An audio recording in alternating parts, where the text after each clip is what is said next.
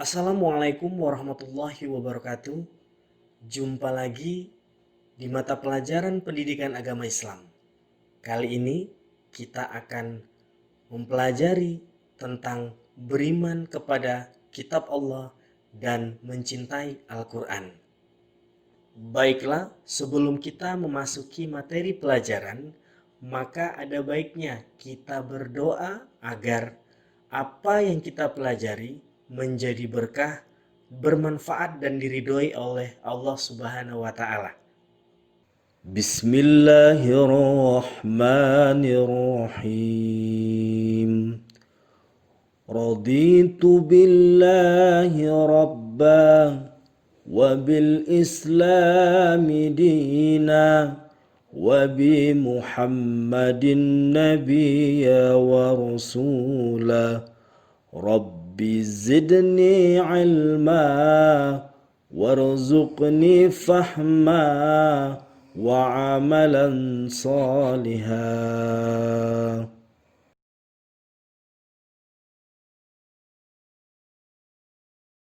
Beriman kepada kitab Allah adalah kewajiban manusia untuk meyakini sepenuh hati bahwa Allah Subhanahu wa taala telah menurunkan kitab-kitabnya kepada nabi dan rasul agar menjadi pedoman hidup manusia baik di dunia maupun di akhirat.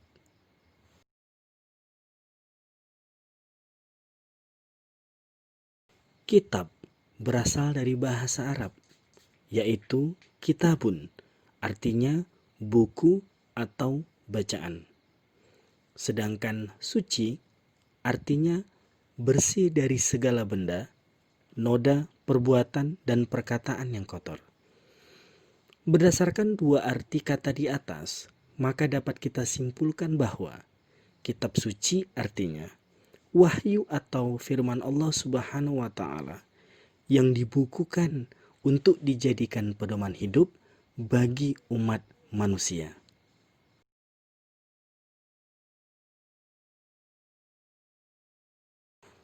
Yang pertama, kitab Taurat.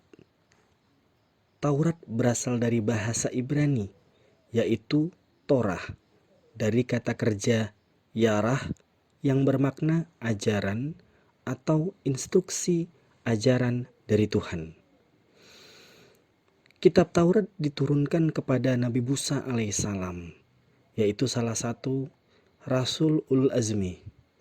Kitab Taurat dijadikan sebagai pedoman dan petunjuk bagi Bani Israel pada masa Ramses II atau yang kita kenal sebagai Fir'aun ketiga pada abad ke-12 sebelum Masehi.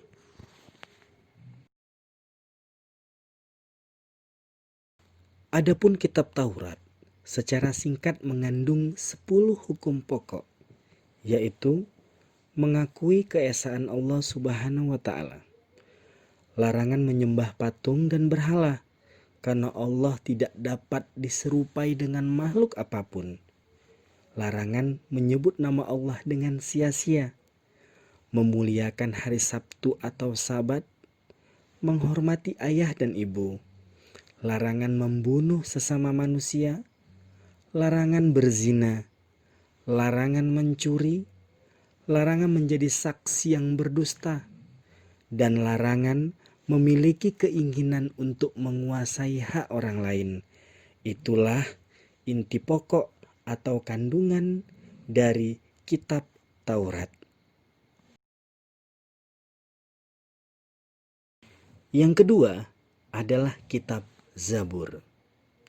Dalam bahasa Ibrani, istilah Zabur berasal dari kata zimra, yaitu berarti lagu atau musik. Zamir dan mizmar merupakan pengembangan dari kata zamar, artinya nyanyian atau pujian, atau bisa dikatakan nyanyian pujian. Kitab Zabur diturunkan oleh Allah Subhanahu wa taala kepada kaum Bani Israel yang terdiri dari 150 surah dan tidak mengandung hukum-hukum, tetapi hanya berisi nasihat-nasihat, hikmah, pujian, dan sanjungan kepada Allah Subhanahu wa Ta'ala. Kitab Zabur diturunkan kepada Nabi Daud alaihissalam yang hidup pada masa Raja Talut dan Luqman al-Hakim pada abad ke-10 sebelum Masehi.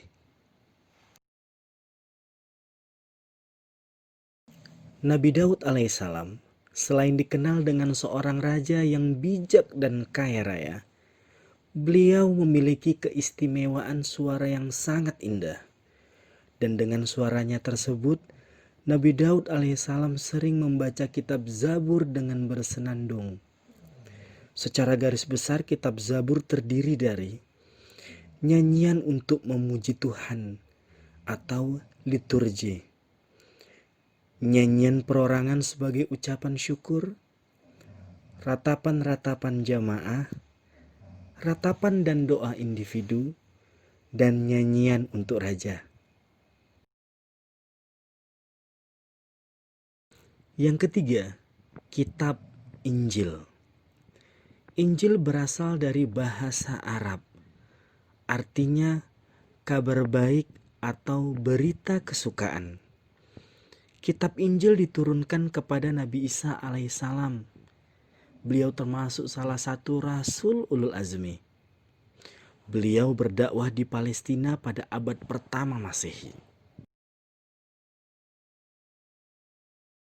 Adapun kandungan kitab Injil adalah perintah untuk kembali mengesahkan Allah Subhanahu wa Ta'ala, membenarkan keberadaan kitab Taurat, menghapus beberapa hukum dalam kitab Taurat yang tidak lagi sesuai dengan perkembangan zaman, dan menjelaskan bahwa kelak akan datang kembali Rasul setelah Nabi Isa alaihissalam, yaitu Nabi Muhammad sallallahu alaihi wasallam. Kitab yang keempat adalah Al-Quran. Al-Quran berasal dari bahasa Arab, yaitu bentuk kata benda atau masdar dari kata kerja qoro'a yang artinya membaca, sehingga dapat diartikan sebagai bacaan atau sesuatu yang dibaca berulang-ulang. Al-Quran diturunkan kepada Nabi Muhammad sallallahu alaihi wasallam yang merupakan salah satu rasul ulul azmi pada abad ke-7 Masehi.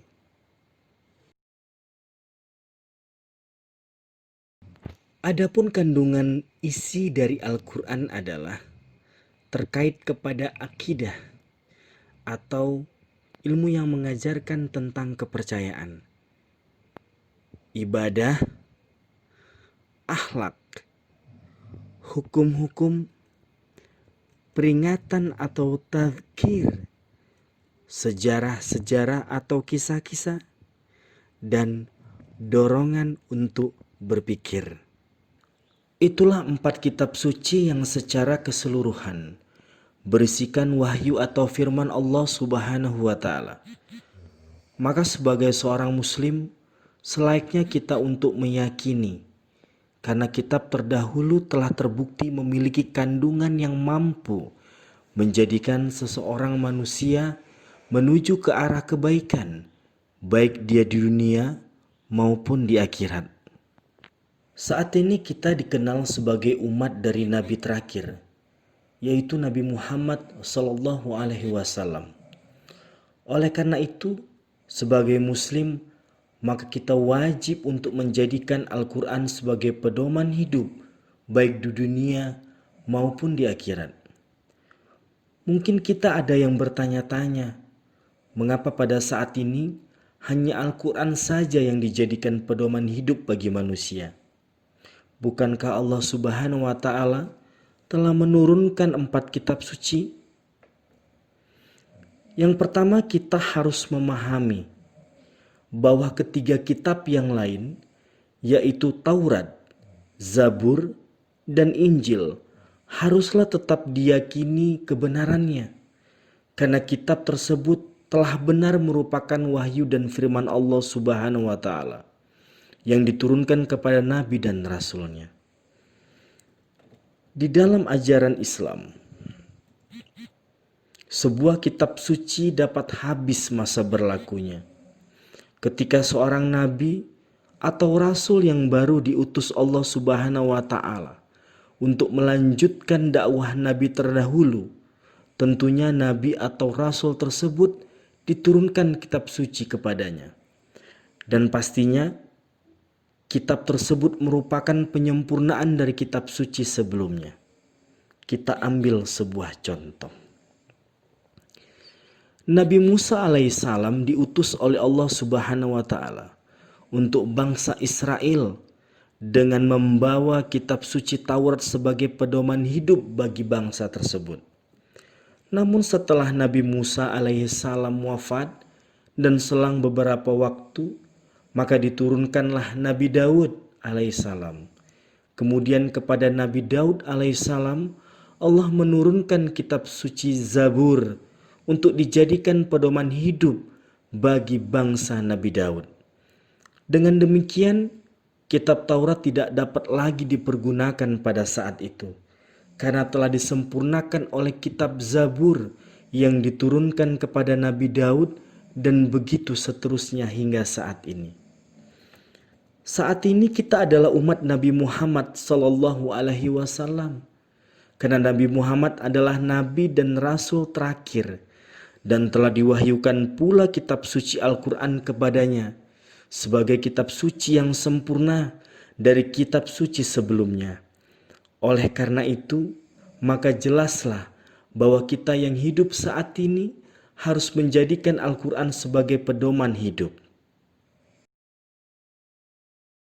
Setelah kita membahas tentang wahyu atau firman Allah Subhanahu wa taala dalam bentuk kitab atau buku, ternyata Allah juga menurunkan wahyu kepada para nabi tidak dalam bentuk buku, melainkan lembaran-lembaran terpisah yang disebut dengan suhuf. Adapun suhuf berasal dari bahasa Arab dan bentuk jamak dari sahifah, yang berarti lembaran-lembaran atau tulisan. Di dalam agama Islam, suhuf merupakan wahyu Allah yang berisi pujian-pujian kepada Allah, zikir, dan nasihat-nasihat. Ternyata hingga saat ini diyakini banyak para nabi yang menerima suhuf, namun secara ilmiah dan keakuratan, maka hanya beberapa nabi saja yang dapat tercatat dengan jelas telah menerima wahyu Allah Subhanahu wa taala dalam bentuk suhuf. Adapun para nabi tersebut adalah sebagai berikut.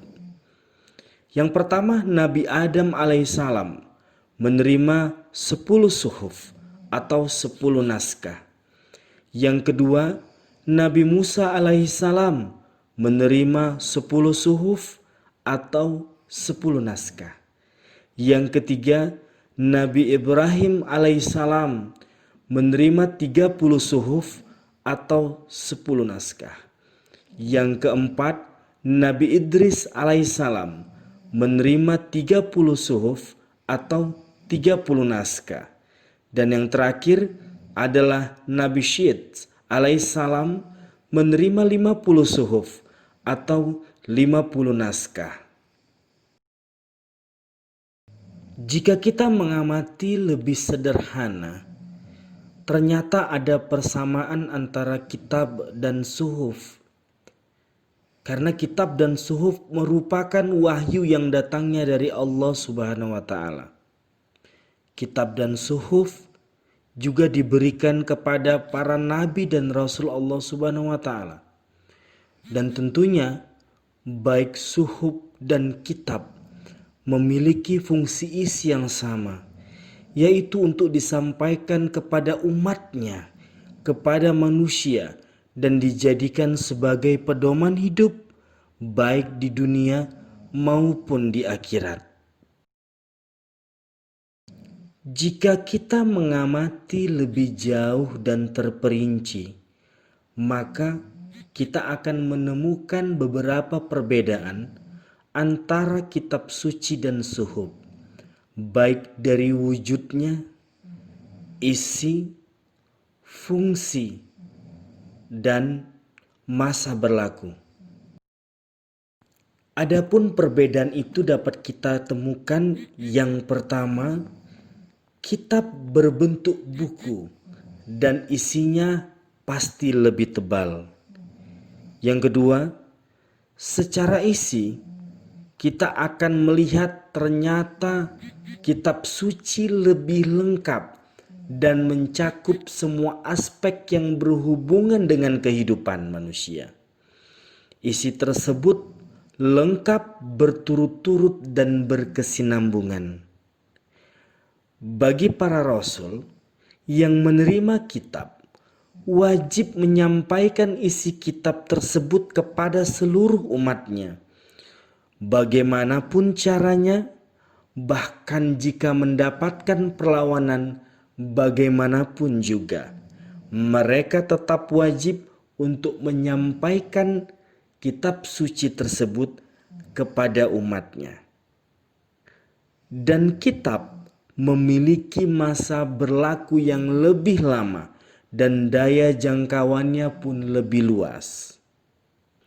Adapun pada suhuf biasanya berbentuk lembaran-lembaran, baik pada kertas, kulit, daun yang awet, dan batu tertentu yang dapat dibaca. Yang kedua, secara isi ternyata suhuf tidak terlalu lengkap seperti kitab, dan isinya hanyalah inti ajaran-ajaran sederhana. Para nabi yang menerima suhuf tidaklah wajib menyampaikan isi dari suhuf tersebut kepada umatnya. Dan umumnya isi dari suhuf hanya berlaku untuk waktu dan umat tertentu saja, sehingga sifat dan masa berlakunya relatif lebih pendek. Baiklah, sampai di sini dulu materi pendidikan agama Islam pada bagian beriman kepada kitab Allah dan mencintai Al-Quran. Semoga apa yang kita pelajari hari ini dapat bermanfaat, menjadi berkah, dan diridhoi oleh Allah Subhanahu wa Ta'ala. Jangan lupa, video ini jika bermanfaat buat kamu, maka silakan share, klik subscribe, like, dan perbincangkan dengan teman kamu.